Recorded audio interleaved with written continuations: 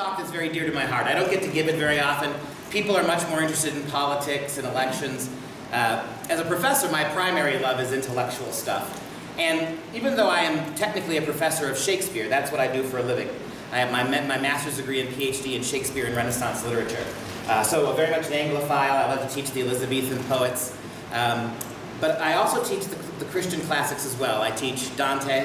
I do teach C.S. Lewis and J.R. Tolkien. So I have a tremendous experience with this. And over the last few years, I've really been focusing a lot on teaching C.S. Lewis. I think, for my money, he's one of the two greatest Christian apologists of the 20th century. The other one being G.K. Chesterton, actually. And these two British writers were staggering. And the thing that I like about Lewis is that Lewis was a late convert to Christianity. Lewis was a brilliant individual, but he spent most of his young adult life as an atheist. As many of the younger generation, Lewis was born in 1898, and he lived through World War I. World War I was perhaps the single greatest force in European history for removing faith. The God is dead, right? War is declared. The carnage. World War I, of course, was the first really hyper-modern war. A war of trenches and mustard gas and mechanized machines. As a matter of fact, speaking of J.R.R. Tolkien, many people don't realize that in The Lord of the Rings, the big enemy, when you stop and think about it, is industrialization, among other things. If you think about the evil force Sauron, you think about the orcs, what do? They set about ripping nature down and industrializing it. They build machines of war. They create crossbred orcs. They use science and materialism to create armies to wage against the West.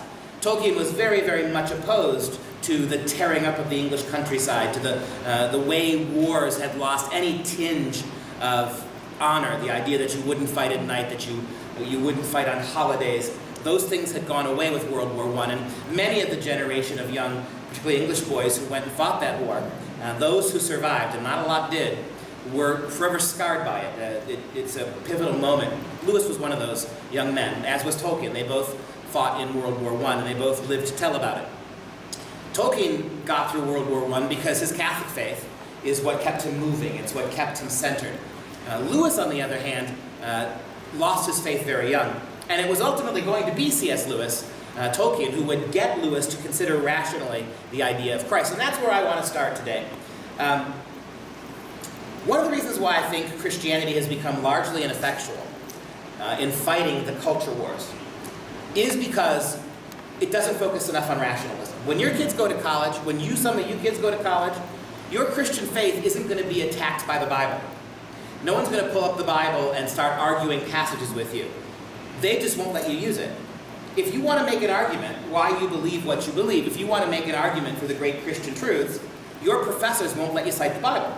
Nor will they let you cite Christian tradition. The church fathers, for instance, or Reformation theologians. In other words, the game is stacked against you. When you go to college, they're going to teach you all sorts of mythological things. We talked about some of this earlier, right? They're going to teach to you gender as if they're going to make up this idea that gender is whatever you say it is. And they're going to teach that to you as if it's gospel. And they won't give you any recourse from where to argue it. We mentioned the kid in Indiana, the biology student, who was almost expelled for simply arguing on behalf of biology. Same thing is going to be with climate arguments. The same thing is going to be with homosexuality. Same thing is going to be with the radical feminism you're going to encounter in universities. You'll see it. So here's the thing that Christianity has going for it, however. I really do believe that, as Lewis himself made this observation, and maybe that's a good place to start too. After Lewis decided there was a God, and it was Tolkien who helped him get there. After Lewis decided there was a God, we're talking well after he got back from World War I, he was now a don teaching in Oxford. He wasn't a don, he was a professor teaching at Oxford. He would become a don at Cambridge later. As a young professor working with Tolkien, it was Tolkien who wore him down with logic, right? The one thing Tolkien didn't do was cite scripture in his ear or yell and scream psalms at him. He talked to Lewis about this. And after Lewis decided there was a God, he came to the conclusion that there had to be a way to measure religions. And he came up with the notion of the thick and the clear, Lewis did. Lewis argued that for a religion to be true, it had to be both thick and clear. A thick religion, Lewis said, was one that was very much steeped in mystery, in sacrament, in miracle. right? And the kinds of contradictions, the profound contradictions that you see in, take the incarnation, for instance. That's a thick thing. Real religions, Lewis said, asked you to believe things that supersede reason alone. The idea that God would become man, right, is one of those mysteries that defies logic. And so for Lewis, a real religion had to be thick. It had to have much that was visceral, emotive, sacramental about it. It had to have mysteries. But also, Lewis said, for a religion to be valid, it also had to be correspondingly thick. Excuse me, not thick, clear, right? A clear religion was one that had a deep rational tradition. Smart men and women had to write smart things about it. There had to be commentary and debate and discussion, right? And so if you had that, a religion that was one at the same time thick, rife with mystery and the sacred, right? But was also intelligible and clear and rational. And those two things interwove, then you would have, he said, religion. And for Lewis, this is really interesting. He boiled it down to two religions. The two religions, he said, had it were Christianity and Hinduism. Those were the two religions that Lewis said came closest to having both of it. But he said, the issue he had with Hinduism, because you think about Hinduism, you have the Brahmins up on their mountains, right? Writing their Vedas. You have the Brahmins, the priestly class, engaged in deep, deep analytical thought. They're critical thinkers, right? The Brahmins were the top 1%. The Brahmins were clear. But then in the valleys, you had the 99%, the untouchables, right? And that aspect of Hinduism is very thick. Temples and temple sacrifices. One temple in India devoted just to rats, right? So very thick. Lewis's problem with Hinduism, though, is that even though it was the only other religion in his mind that had both, they were separate. That the Brahmin never dirtied his hands with the low temple priests, right? And the temple priests never were allowed to read and study to the level that the Brahmins were. So while Hinduism had both the thick and the clear, the two aspects of the religion never came melded as one. Christianity for Lewis, it was all the same thing, right? You were asked to, at the same time, believe the Trinity, believe in the concept of the resurrection, believe in the incarnation, the hypostatic union, right? The idea that God and man could intersect in this material world. That, for Lewis, is why he finally, eventually, became a Christian. And much to Tolkien's dismay, not a Catholic, right? A big, Lewis always called himself a small c Catholic, right? The word Catholic means universal. Right? And so Lewis considered himself the ally and friend of any well-meaning person who believed in Jesus Christ. And of course, Lewis and Tolkien ultimately were going to separate partially because of that. Having said that, to go back to this, how did Lewis become a Christian? And what was the approach? My argument to you, particularly you that are going to go to college, your faith will not be tested again by faith. Your faith will be measured by reason. It's the only tool the universities will allow you. If you can make a stirring, passionate faith defense of what you believe, you're not going to care about it. If you can make a moving imploration for the depths of what religion makes you feel, they don't care about that. If you can, however, rationally describe Christianity or your faith, then they're going to have to, they may not agree with you, but they're going to have to take you seriously. Remember what I showed you this morning, right? This morning, I basically gave you a tool in which you could argue that of all the ways we view human moral nature, 3 of them are quite communistic, right? They're materialistic, atheistic, there's no free will. They're locked in this realm of ours. But one, philosophical, classical, out of which, by the way, all religious traditions emanate. All religious traditions emanate out of philosophical classicism. I mean, because what's the point of religion if your behavior has no impact on it? What's the purpose of God if nothing you do matters one way or the other? This is why deism never caught on. What happened in the Enlightenment? Goes right back to the 18th century. What happened in the Enlightenment? People like Thomas Jefferson, people like Voltaire and Rousseau. You know, Jefferson actually rewrote the Gospels. He got rid of all the Son of God stuff. He just rewrote them. He loved the morality of Christ. Absolutely loved the teachings of Christ, just didn't believe in the miracles. So Jefferson, being Jefferson, I suppose if anybody could do it, it was Jefferson. He just wrote the God out of the New Testament. He wanted all that was in the New Testament.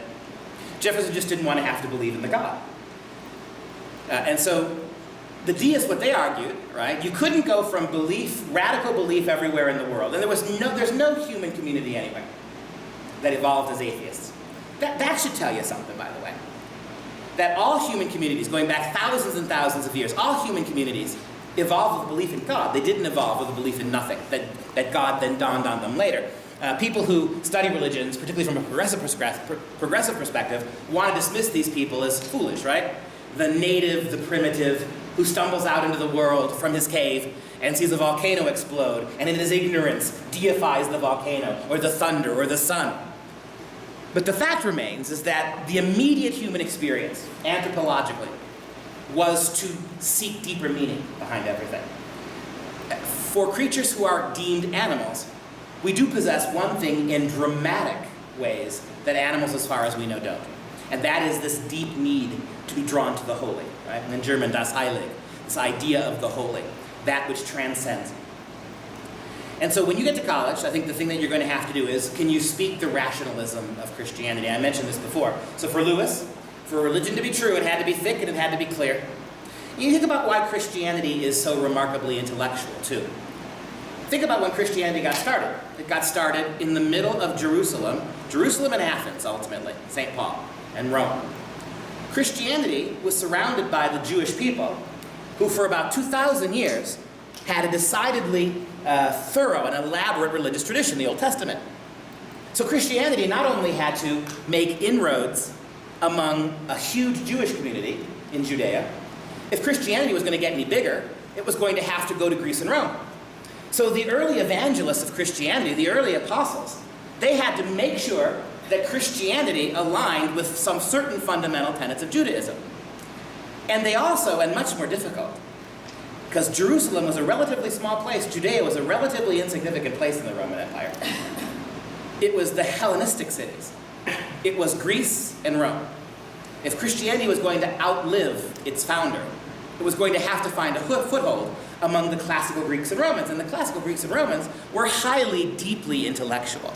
Right? You're going to have to deal with Plato if you want Christianity to work, and you're going to have to deal with Aristotle.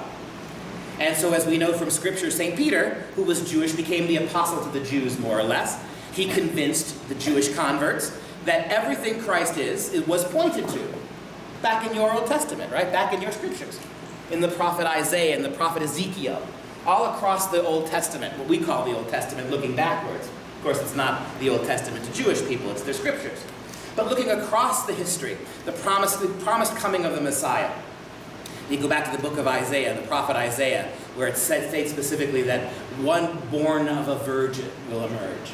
And you see all the links there. So that was fairly easy. It was fairly easy, particularly to convince Jewish people who had seen the life of Christ, or had remembered it, to understand the link. But how do you convince people in the classical Greek and Roman world?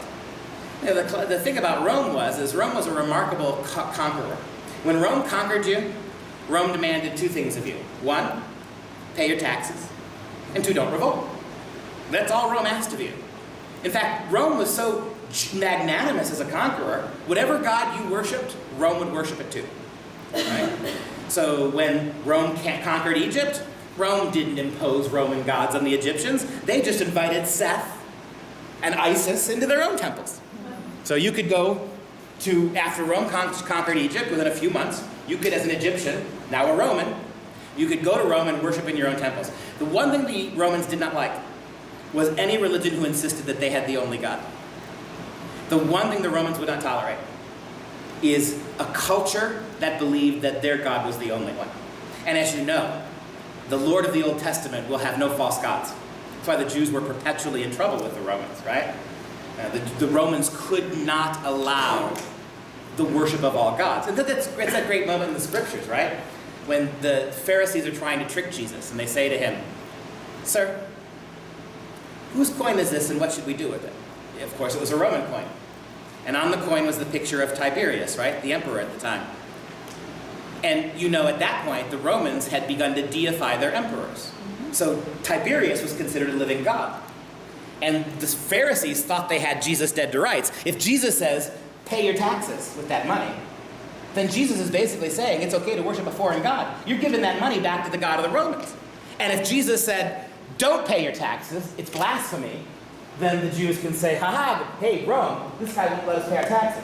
So one way or the other, Jesus, they thought they had him. Of course, Jesus' sublime response resonates down through the ages. Jesus said, "Whose face is that on the coin? Caesar's." Or, "Whose the superscription? Caesar's." "Then render unto Caesar what is Caesar's, and render unto God what is God's." The only answer he could possibly have given, right? If it's Caesar's, you give it back to him. And you give and reserve for God that which is God's. And so, as we know, it was St. Paul who was the one who had to go to Greece and then to Rome. And the story is remarkable, that within 300 years of the death of Christ, without a single shot being fired, without a single war being waged, simply on the virtue of, talked about ideas this morning, right? How about that? How's that for an idea? That the entire Roman Empire became Christian after 3 centuries of the death of Christ without a single war, without a single act of bloodshed on the part of the Christians. Their blood had been shed by Nero and others in the Colosseum, but they didn't kill. They didn't wage war. They made no guerrilla tactics against the Romans. It was an idea that won. And that's the backdrop of all of this, the idea. So for Christianity to become a great religion, it had to accommodate itself to a huge amount of Jewish intellectual writing. And then it had to tackle Plato and Aristotle. And you know, right, in the 4th century, St. Augustine of Hippo, who was himself born a Roman and a professor of literature, he converted to Christianity. He's the one who drew distinct parallels between what Plato said and what Christ said. Of course, there's that world and there's this world. There is the world of ideas, pure forms, Plato said, right? That's heaven, whatever you want to call it. Everything that we see in this world is a shadow of what will be in the heavenly world. There's truth, there's eternity, there's perfection. Here, everything is broken and fragmented. And Augustine said this is exactly what Christ taught. It's exactly what this religion preaches. That this is a material world. It is to be enjoyed, to be suffered in some senses, as but a passage place to a larger reality. Plato fit nicely. It would take another 1,000 years, 700 years before St. Thomas Aquinas sat down in his 10,000-page Summa Theologica in the 12th century, and Aquinas showed how Aristotelian rational scientific thought fits absolutely perfectly with Christianity. It's not a surprise that in the 10th and 11th centuries, when Aquinas was busy, all the Western universities were open. After Christian philosophers in the late Middle Ages decided that, you know what, Aristotle and all of that rationalism fits perfectly with Christian understandings. That's right when Christians opened all the universities. I tell my university kids all the time, you can preach any kind of secular gospel on a college campus. You can promote transgenderism, homosexuality, bestiality. You can project all sorts of pedophilia now. It's making the rounds of universities. Justifications for it. But the one thing you can't take seriously now on a college campus is Jesus, which is remarkable because all the universities were opened in the name of Christ. Even in America, in the 17th century, when universities began, Harvard, Yale, they were all Christian universities, founded by really, really, really serious religious people. Look at the mottos of the great universities of America. They're all Christian mottos, right? Lux et veritas. What's that? Harvard University. Light and truth, right? What's the very first words? The fiat lux, let there be light. As much as these universities go secular, they still haven't scrubbed the monuments from the buildings. It's probably because no one can read Latin anymore. Once they figure out what they say, they'll get busy on it. But it was the Christians who opened the university because of these amazing revelations. And you see the thick and the clear here. So, the one thing I want to talk to you before I show you the slide in the PowerPoint. This is a tough concept. When we hear the word myth, the mythical, mythology, we immediately think of stories that are false. That's not how the word myth was formulated. It makes sense to us. When we talk about Greek mythology, we talk about Zeus and Hera and all the Greek deities. We say that these were gods that an ancient people believed that we know aren't true. Nobody really believes in Ares anymore or Apollo. So when we say mythology, we sort of condemn their whole religion. That's one view of myth. Myth is stories that aren't true. But the first and primary use of the word myth, think about it. If God exists, how do we talk about him? Reason's not enough. If God exists, by definition, he has to be much more rational than we are. What you and I call reason, in the same way that if God exists, he's physically more powerful than we are, right? The God who made the universe is a much, much stronger creature. There is no way to appropriate in human strength what God's strength must be. In other words, human strength falls short of expressing God's strength. Same thing is true of God's mind. There is no way that human beings with finite minds, limited brain capacity, short living lifespans, can possibly understand the rational mind of God. Atheists, progressives today will say that belief in God is irrational. To believe in God is irrational. There's no proof for God, so therefore it's irrational. I would argue that's exactly the wrong way to characterize it. God, if he exists, is not irrational. He is bigger than reason. The word I would use is super-rational. He would have to be, wouldn't he? If God made this universe in the compelling fashion he did, it's not made by somebody who's not rational. It's just a much larger sense of reason than we possess. And so mythology to the ancients is another way of saying, whenever you speak of God, you are speaking of something that's bigger than our limited language can hold, bigger than our limited... Well, take math. How does math, which purports to be so rational, how does math signify the infinite? And a figure 8 knocked on its side. Tell me that's not just mathematical arrogance. All of infinity now is represented by a letter 8 on its side. That's the symbol for the infinite. Nobody yells at mathematicians for being irrational. It's an irrational construct, but even math understands it. This is the thing, too, about math. These guys talked about this as well. People always say that math is an example of scientific method. Math is an example of what is reasonable. Let me ask you this question. Find mathematics for me out there in the natural world. Can anybody find the number 2 out there for me? Somebody find the Pythagorean theorem out there in the bushes. Math only exists because the human mind has figured out to project it on nature, right? There are no numbers in nature. There are no formulas in nature. That is something that the human mind, in its rationality, has been able to deduce, to tease out, to prove, to verify, not by nature, but in the mind. Math is a classic example of a kind of human intelligence that supersedes materialism, right? There is nothing in the natural material world that would give us math. Trees and bushes and streams and mountains yield no secrets.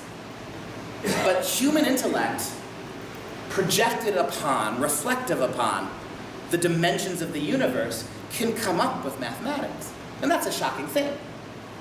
And so when Lewis and Tolkien talk about myth, they are simply talking about that. Tolkien is trying to convince C.S. Lewis. Myth doesn't mean fake stories.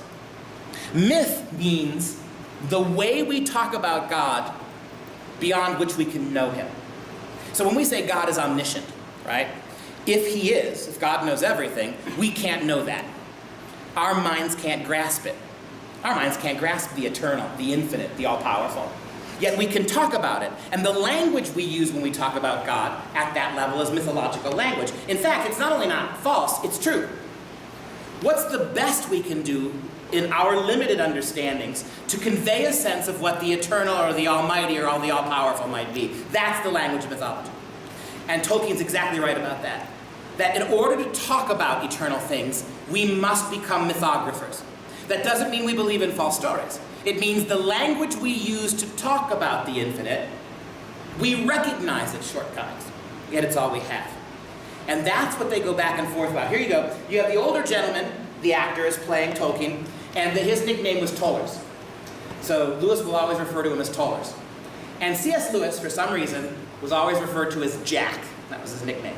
So the younger man is Lewis, and the older man is Tolkien. And they begin to talk about this idea. But myths are fiction. The stories they tell aren't true. They're lies and therefore worthless, even though breathed through silver. They're just beautiful lies. You can't seriously believe verities. Why not? I can, in fact, I do. But this is preposterous. How can you seriously believe a lie? Oh, Jack, myths are not lies. In fact, they're the very opposite of a lie. Myths convey the essential truth, the primal reality of life itself. Go on. Well, you see, we have been duped into using the word myth as being synonymous with a lie, because we have been duped into accepting the first real lie of materialism. And what is that? That is the hideous claim that there is no supernatural order to the universe. The materialists have imprisoned us in a world of mere matter, of physical facts, divorced from and devoid of metaphysical truth. Well, I say that they are lying. I say that they are the ones who have come up with a false myth. Their world doesn't exist. It's merely a figment of their imagination. Well, fine. However, there's a problem. The problem is they have convinced us that it is true. They have made us believe that this is all there is. 3 dimensions, 5 senses, 4 walls. Isn't it? Most emphatically not. Jack, the 4 walls of materialism are the 4 walls of a prison, and the materialists are our jailers. Don't you see? They've put us in a prison of 4 walls. They don't want us to see what's beyond those walls. They don't want us to discover what lies outside their narrow philosophy. Worse than that, they think that any attempt to escape from the prison is an act of treason. Well, wouldn't it be an act of treason against rationality to believe otherwise? Now, Jack, think for a moment. How can it be wrong for a prisoner to think of things that exist other than walls or jailers? Doesn't the fact that the prisoner is able to think of things outside the walls suggest that perhaps things do exist outside the walls? After all, if the prison really is all there is, how are we able to picture things that exist beyond the prison? And this is where myths come in, you see. Myths exist outside the prison. Myths allow us to escape from the prison. Or if we are not able to escape, at the very least they allow us to catch a fleeting but oh so powerful glimpse of the beauty that lies beyond the walls. Now that's remarkable. It's a little bit of a long clip. Let's break that down. Lewis says something powerful. The materialists, the atheists, the progressives, the people who believe only in 4 walls, 3 dimensions, 5 senses. What's happened to modern science, basically, right? The only thing we can talk about are things that we can measure. That's pretty much what science does, right? If you can measure something, if you can see it, touch it, taste it, smell it, some way measure it, you can talk about it. But there are so many things, and that's good, we need science. I mean, think about the amazing things science has done with those faculties. However, what about things that can't be measured sensorially? What about things like love or conscience? What about things like faith? They require a different skill set. But we're not teaching kids those skill set anymore because we have decided that the only way to arrive at truth is through material mechanisms, right? What Tolkien said is absolutely brilliant. Look, the real fake stories are the ones that rationalists tell us. That all that exists are the 4 walls of the material world. If that's all there is, and if we're just, again, highly evolved animals, we have no soul, no spirit, no God laid his hands on us to create us, if we are simply animals emanating from a purely materialistic world, then why is it we've evolved the ability to imagine what's outside those 4 walls? No other animal does that. Why is it, as human beings, that we have the capacity to imagine and that's why I do believe in fairy tales. Tolkien said he wrote some of the greatest in human history. I believe them. All fairy tales do, Jack, all they do is speak the language of what's beyond. If rationality is all we have, why is it we can imagine a world beyond rationality? Surely it can't be wrong. And why, if evolution has a specific purpose, what possible purpose does that kind of imaginative faith project for us? Why did we evolve in such a way that we have spiritual needs, spiritual understandings? Why do we dream, for God's sake? What purpose does it serve? Waking dreaming and sleeping dreaming. And Lewis says, wouldn't it be a crime against rationality to believe otherwise? Well, is it wrong for a man in prison to imagine something outside the walls of his prison? The material, and that tells you something. The real lies are the myths of materialists. You know what's not going to be here? Even the scientists will tell you that our sun will burn out, that our planet will implode one day, that everything that lives is going to die.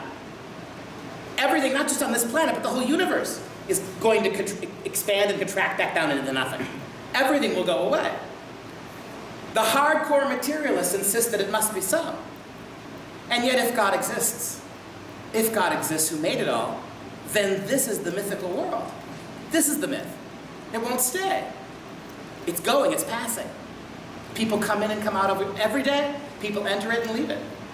The only real truth then is with him. The only stable, same thing Plato said, right? The only stable forms are the forms there. It's the same thing Christ's entire ministry was predicated upon. What was Christ? You want to boil Christ's ministry down to one word? One word. Anti-materialism. Hyphenate it, make it what? Everything Christ said was, put away your love for this world and focus on that one. You're not going to be here that long. This world's changing. You're in love with a girl now, 20 years from now, you'll be married to her. Then you'll have something else on your mind. You're worried about career now, in 50 years you'll be retired, and you'll have something else on your mind. Christ's entire message was, don't live here for here. Live here for there. One of my favorite verses that Christ says. Why? Why do you store up for yourselves treasures on earth, where moths and rust consume and thieves break in and steal? Why do you not rather store up for yourself treasures in heaven, where no one can take them? I say unto you, where your treasure is, that's where your heart's going to be. And if you treasure the things of this world above all else, then you're a worldly person. But if you value the treasures of the world that will not pass, then everything changes. It's exactly what fairy tales are. Fairy tales always begin once upon a time in a land far, far away, or a galaxy far, far away, right? Fairy tales are always centered in a world beyond the world that we know. But they speak truths. What's that? Lewis calls them, in that clip I just showed you, he called fairy tales lies breathed through silver. Oh, they're beautiful. And they make your heart ache, and wouldn't it be wonderful if they were true? But alas, they're not. And what Tolkien says to him as he winds down there, I think is exactly right. If we are just material creatures living in a material world, why are we so unmaterial in our ambitions and our fantasies? The stories we read our kids. You don't read when you read to your 5-year-old grandson, you don't read him chemistry or calculus. You read him stories of princes and castles and dragons. Why? It seems awfully irrational to indoctrinate the poor kids that way. Better read him the phone book. Right? Anderson, James, Anderson, Joe, right? Just read them that instead. Much more rational. Gets a little bit better here. Myths, the language of the myth, the ability to speak about what's beyond what we can see or measure. What's beyond what science itself can tell us. That's the truth. But what is it that we're meant to be glimpsing? Well, don't you see the truth, Jack? Myths show us a fleeting glimpse of truth itself. Truth. Truth. What on earth is this truth that you're talking about? Quid est veritas? What is truth? I'm glad to see that you've entered into the spirit of the myth, Jack. You've just cast yourself into the role of Pilate. Pilate? Oh, I see. You're able to believe in the lesser myths because we've already accepted the big one. Well, once you accept the big myth, the lie of Christ, it's easy to accept the smaller ones. All right, Tolas, I'll play the role of Pilate. I wash my hands of the whole nonsense. That's a great little exchange, right? You may recall that one of the most dramatic moments in all the Bible is when Jesus is brought before Pilate. Now, the Jews, they would like to kill Jesus, but they don't have the authority. They're subjected to the Romans. Only the Romans can issue capital punishment, right? So the Jewish people want to execute Christ as a traitor, but they can't do it themselves. So Jesus ultimately ends up standing before Pontius Pilate, who is the face of Roman government in Judea. And Pilate is he's like a good young man who survived World War I. He's seen the bloodshed and the carnage that it took to build the Roman Empire. He's seen the blood and sacrifice. He's seen the violence. And here before him stands this preacher, this Christ. And he wants to know who he is. Who are you? Who are you, he asks Jesus. Who do you say that I am, is their response. You tell me. And back and forth it goes. And finally, Pilate says to Jesus in all his world-weary materials, you understand that by the time Christ was born into the Roman Empire, the pagan gods had lost their allure? Think about it. What are the Roman gods like? The Greek gods like? What are pagan gods like? They're exactly like us. Who is Zeus? He's just this really big buff dude with a beard. Who is Venus? She's just like the hottest chick in town. And you know about the Greek and Roman gods? All the things they told you you shouldn't do, they did. Did they wage war? Yep. Did they rape? Yep. Did they have a secret affairs with humans, cheat on their wives? Yep. Did they engage in violence? Yep. You weren't supposed to do it because they would smite you if you did, but they did it. Right? And for a sophisticated man like Pilate, he recognized that it was all bogus.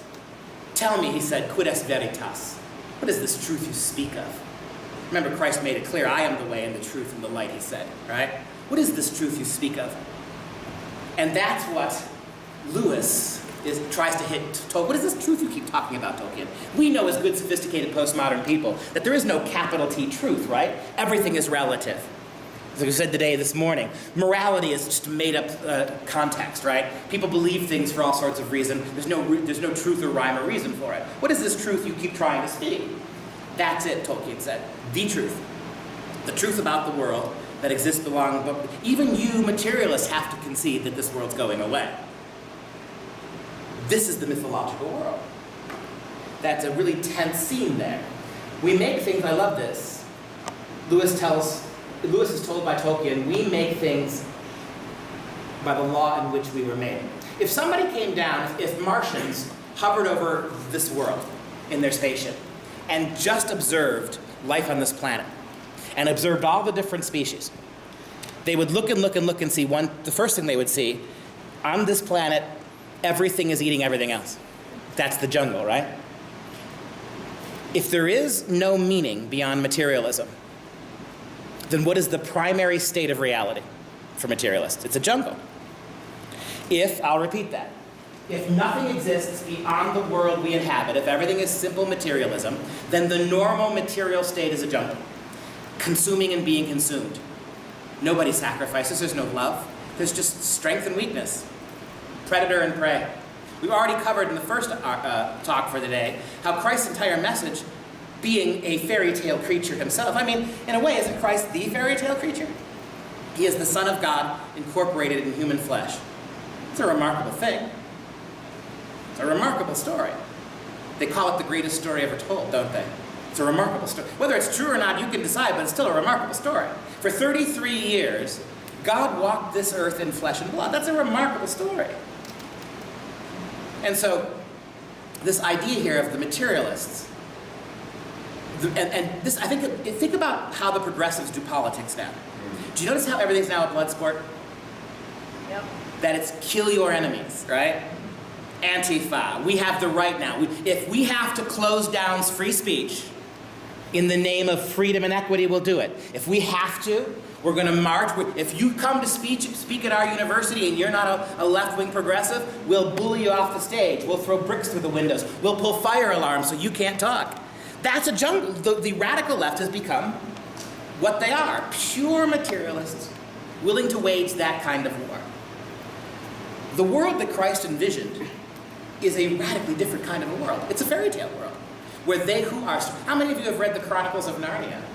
Well, I mean, who's Aslan? Aslan is the most powerful creature in all of Narnia, right?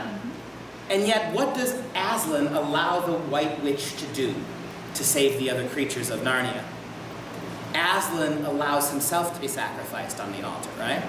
To save all the other creatures of Narnia. That's after Lewis became a Christian. First thing he did, sat down and read a fairy tale about it.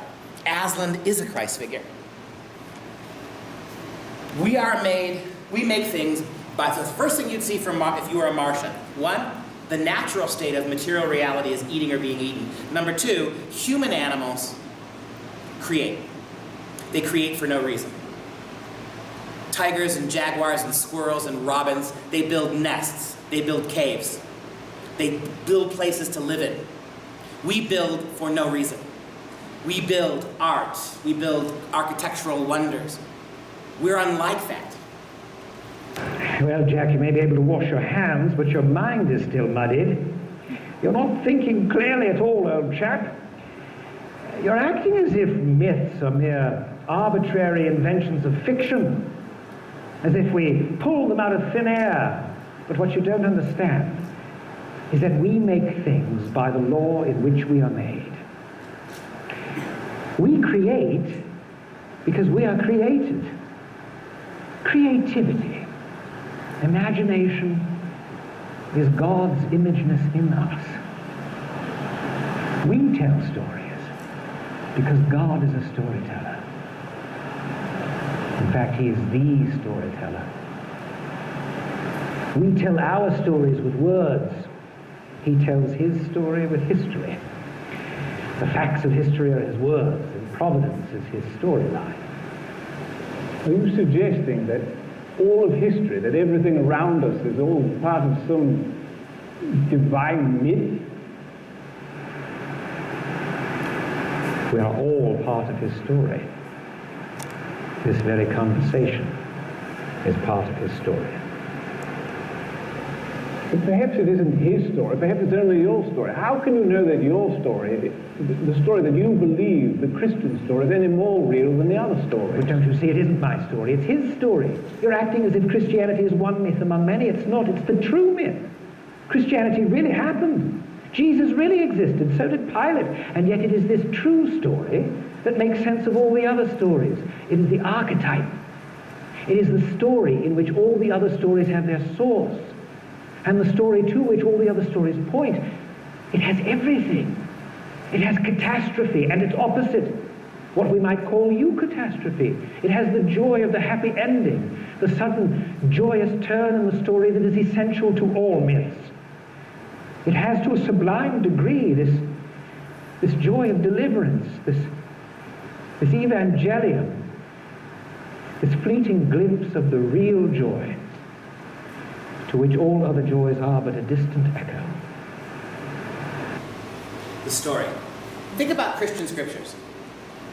The Bible, Old and New Testament, what's remarkable about it is it's 95% storytelling. You know what you get very little of in the Bible? Commandments. There are 10 commandments, you don't see them anymore. When Jesus teaches, he teaches by telling stories. Jesus doesn't say, here's 10 things I want you to do. Jesus doesn't say, do this or don't do that. Jesus sits people down and he tells them stories. And then he says to the people, if you have ears to hear, hear. I don't care if you hear me or not, he says. Listen, if your heart's in the right place, you'll know what this fairy tale I'm telling you is all about. That's what the parables are. You think about the Bible. It contains every genre of literature that would evolve over the last 4,000 years. It's got epic and tragedy and comedy and song and fairy tale and farce. All the truths of the Bible are almost never just arguments or points. They are exclusively stories that have to be made sense of. Rather than tell you what to do, the writers of the Bible primarily show you things and make you take a moral choice. How are you going to do it, right? My favorite example of this is David and Nathan. Remember when David took the wife of took Bathsheba from her husband, murdered the husband so David could have this woman that he wanted?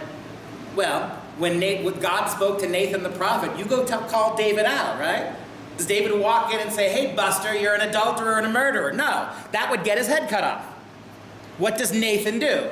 He says, great king, once there was a rich man who had many sheep and many goats. And then there was one poor man, and all he had was one little lamb. And he loved that lamb.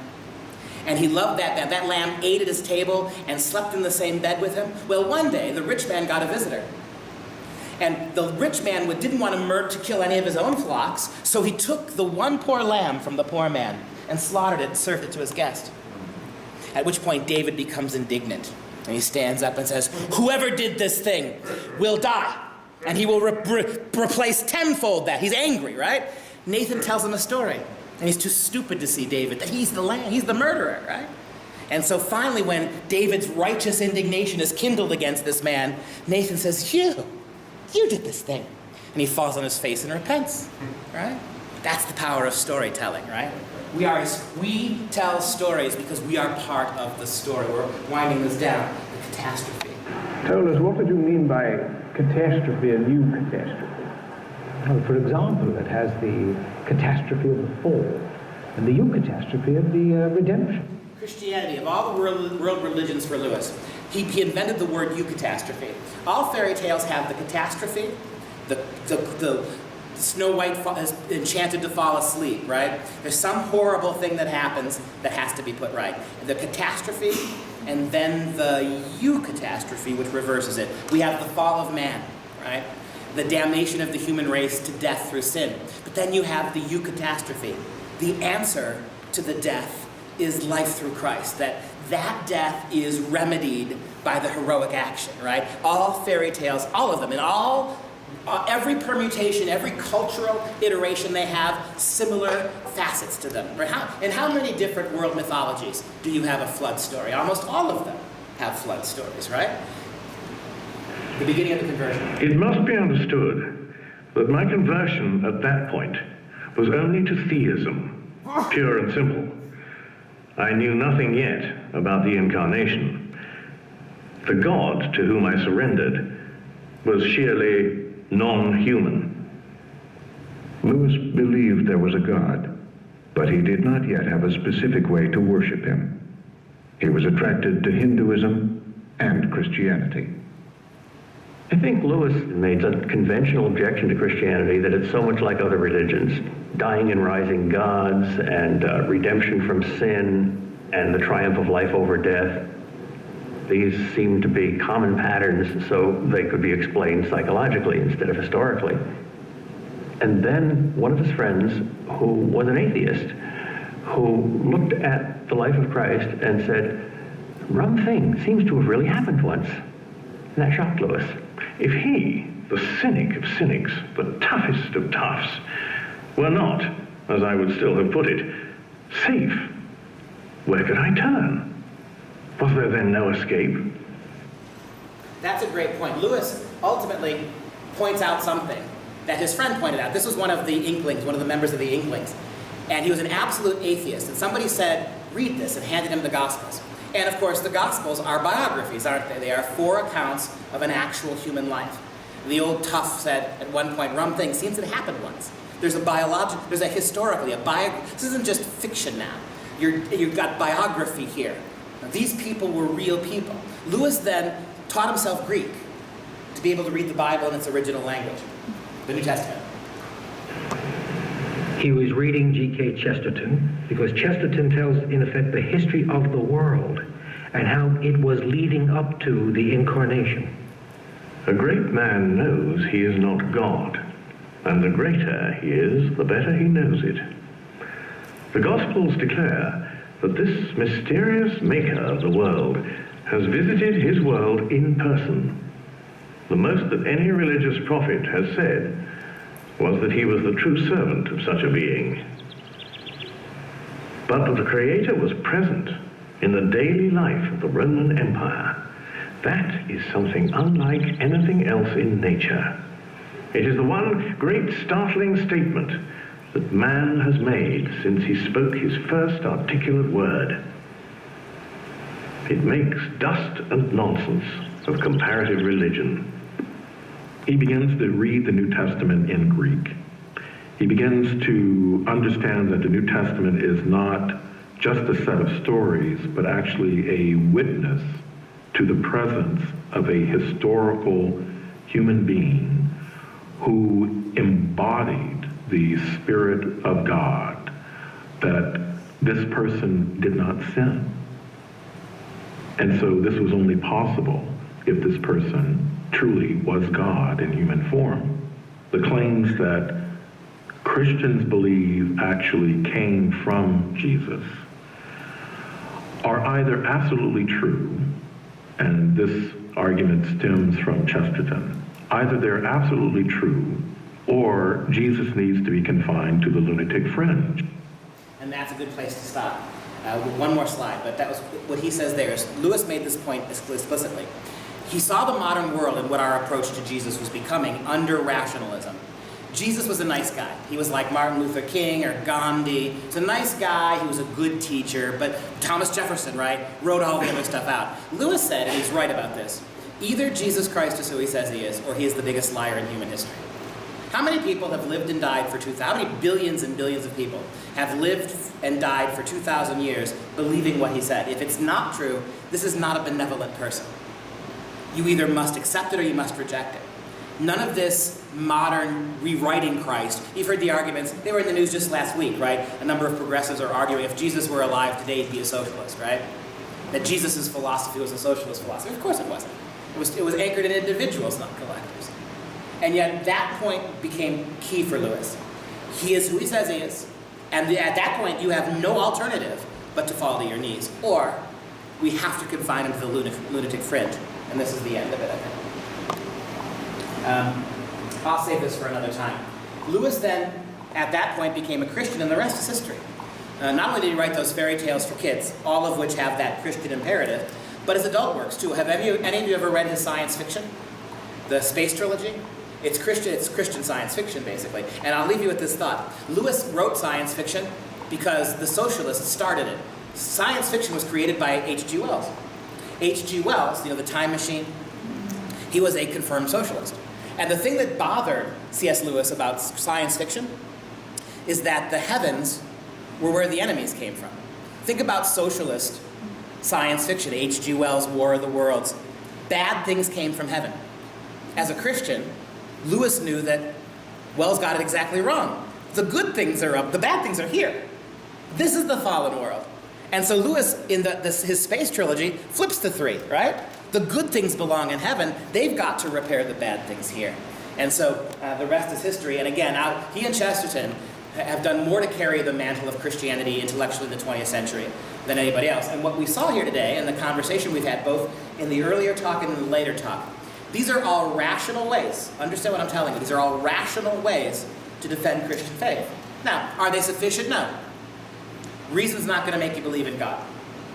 But I want you to understand that with faith, with all the rest of it, the ability to rationalize, as we've done here today, is important too. God is a God of intellect, not just a God of feeling or emotion.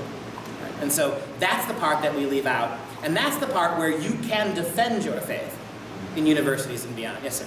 I just want to mention the Space Trilogy. C.S. Lewis also exposes the fading socialists as arch conspirators in this evil cycle, and also ultimately exposes the source of their authority. I'm going to tell them. Yeah, if you want to read something that will, if you like science fiction, action, and adventure stories, it's amazing. It really is. And he wrote it in 1940, between 1938 and 1948, and they're pretty shocking books. And we haven't even gotten into books like the Screwtape Letters, which is a pretty profound observation about life in America. In fact, you know what? Where's Hal? Did Hal pop out? Good, then he's not going to yell at me. I'll show you one more thing. This is actually from the Screwtape Letters. In 1938, here's what Lewis said was going to happen to American education. Tell me if he's right. 80 years ago, Lewis said, if things don't change, this is what will happen. And he was talking about America. In that promising land, America, the spirit of I'm as good as you has already begun to be something more than a generally social influence. What's going to destroy American education? It's the idea that everybody is the same person. That everybody must be the same all the time. It begins to work itself into their educational system. The basic principle of the coming new education is to be that dunces and idlers must not be made to feel inferior to intelligent and industrious pupils. That would be undemocratic. These differences between students, for they are obviously and nakedly individual differences, must be disguised. This can be done at various levels. At universities, exams must be framed so that nearly all the students get good marks.